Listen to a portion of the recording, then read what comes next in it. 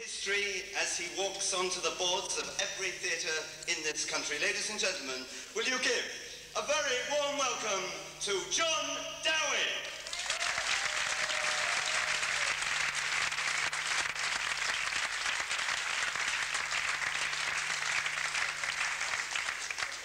Let's walk, let's walk. Good evening. Are those 8-year-old kids still in? Fuck, shit, tit, wank, bollocks.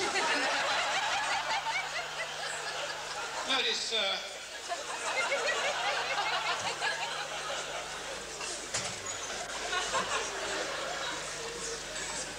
notice a couple of performers a little concerned about swearing in front of young children, but no one seems to show any concern about young children listening to records about people with speech impediments, which is...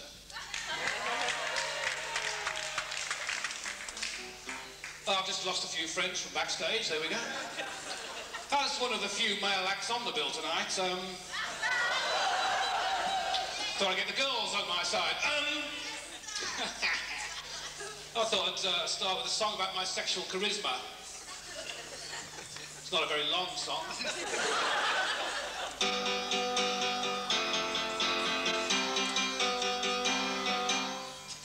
I'm a man. Have I had sex with you? I'm a man, and I can change a plug and go into a pub whenever I like. Ride a bike, wear bicycle clips and think about tits all the time. I'm sublime, I revel in sweat, it makes my armpits wet. I'm a man. I'm a man, yes I am. I stink like an ape, make jokes about rape, I'm so tall. Scared of nothing at all, apart from the fact that my cock is too small. I grow hair everywhere, from the small of my back to each crevice and crack to my ear. I drink lots of beer, my face goes all red and I throw up in bed. I'm a man. I'm a man, yes I am. I shave twice a day to prove I'm not gay, which I'm not. I fuck girls a lot, in 3 minutes flat. How about that? I'm a man. Yes I am. I'm a man. Spelt? Anyway, I'm a man.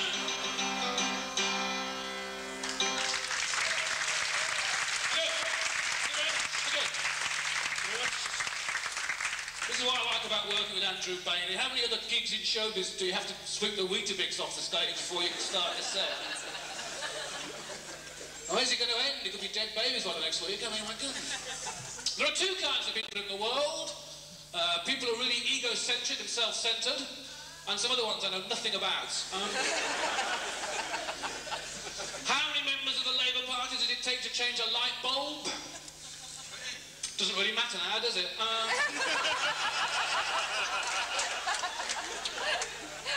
Doris Stokes, Karl Marx, sorry about that. Doris Stokes, Karl Marx and Jesus Christ are all sitting in a pub in heaven.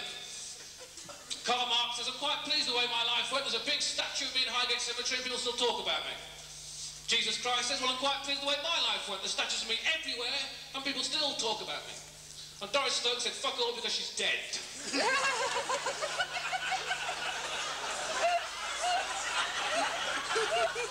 I'm divorced. I got divorced for health reasons. My ex-wife said she was going to fucking kill me if I didn't get out of her house. It's weird when you're divorced or separated from someone because there's always a song. Always one song that reminds you of that person, that relationship. In our case, it was Remember the Alamo. May have been a bit overbearing in the relationship, I think. I may have been a bit overbearing, I'm not sure. I do remember waking up one night and finding my wife cutting my pubic hair into the shape of a swastika.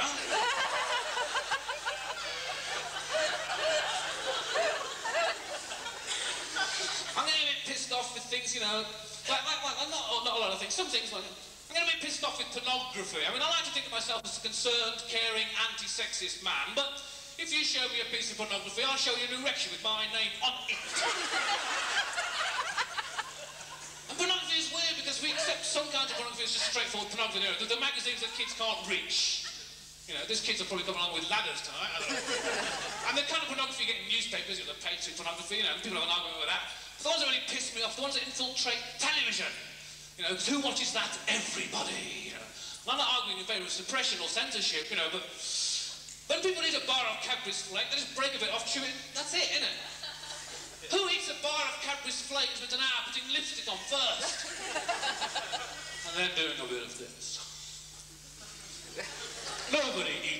like this, do they? And if you're going to do that, you know, have the decency to follow the idea through and show the bit that always happens afterwards when they go...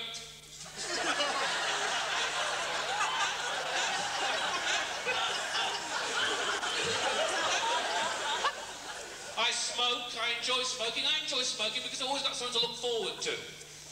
When I'm eating a meal, I think I can have some sex. Ah, no, wrong. Trapped by his own analogy. I'm a bit nervous tonight because I haven't had a drink.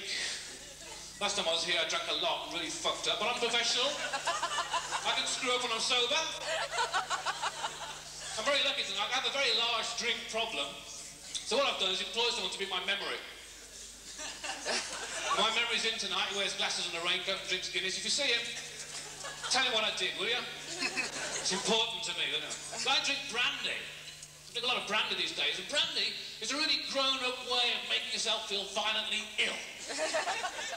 Because when you've drunk a bottle of brandy and throw it away the next morning, you feel so fucking grown up. You feel like you're about ready to die. Brandy is the only drink when you finish a bottle of it, you think, thank God. Because I know I've got a problem, because I grew up in the 60s, and I can remember where I was the night that Kennedy was shot. And I can remember where I was the night when John Lennon was shot. But last night's a complete blank. But as I say, I do smoke. I enjoy smoking because I've always got something to look forward to. When I'm having sex, I think I can have a cigarette after this. When I'm eating food, I think I can have a cigarette after this. When I'm smoking a cigarette, I think I can have a cigarette after this.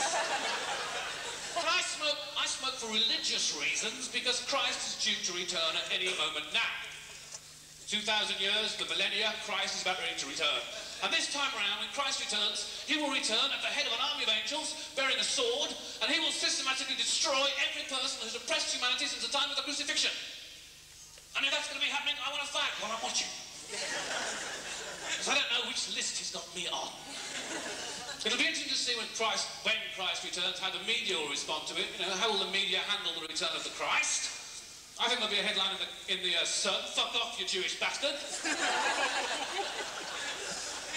The Guardian would say, ethnic social worker proposes radical sweeping reforms. The Daily Mirror would say, my night with Dirty Den by Fergie. Christ comes back, see page 5. The weird thing about the return of the Christ is all the people who are really looking forward to it, hoping and waiting for Christ to return, in the main, are all these fucking idiot right-wing fundamentalist preachers. And they assume that Christ is with them. They assume that Christ is on their side. You know, the Jerry Falwells of this world, the Ian Paises of this world. They all think that Christ is on their side. But they forgot what happened the first time round. Because Christ wasn't killed by the Jews, he was killed by the Romans. And what are the Romans in charge of now? The Vatican. The Holy Roman Catholic community. Rome got Christ twice. They didn't just nail him to a piece of wood, they ripped off his name and ideas as well. And all these right-wing fundamentalist preachers have all been using AIDS as an argument for the return of the Christ. When AIDS first appeared on the market, these people said, there you are. That's God punishing the homosexuals for you. And then the disease, as we all know, you know, well, let's say spread into, but then, you know, a lot of heterosexuals started getting it as well. And the argument is, well, yes, it's God punishing the people who fuck outside marriage too. That's their next argument. If they hold that argument true, they have to accept that the lowest group that risk AIDS are, of course, you know, the lesbian community. So why aren't these right-wing fundamentalist preachers standing on the stage saying, God likes ducks? So if you follow that argument through, there is a possibility that when Christ returns, Christ will return as a militant lesbian. Who's still Jewish, and fucking has to be black as well, why not? And there's no doubt about it, second time round, that crucifixion won't take fucking 5 minutes. They'll have nailed her to a piece of wood before she's got a loincloth out. They'll organise people to push her head in the water when she's being baptised.